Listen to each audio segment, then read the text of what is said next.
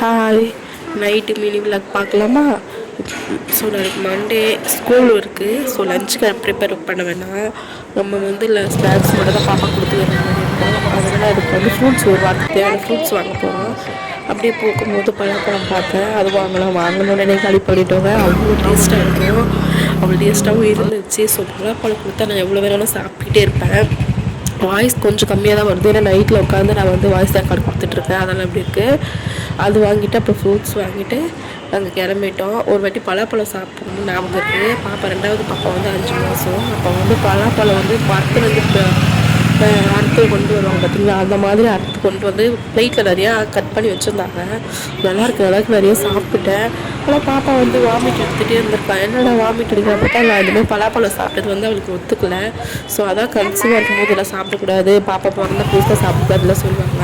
இது ஒரு சில பேருக்கு ஒரு மாதிரி, உங்களுக்குலாம் எப்படின்னு தெரியல. ஸோ இந்த ஃப்ரூட்ஸ் கொஞ்சம் தான் வாங்கினேன், ரொம்பலாம் வாங்கலை. ஓகே, பாய்.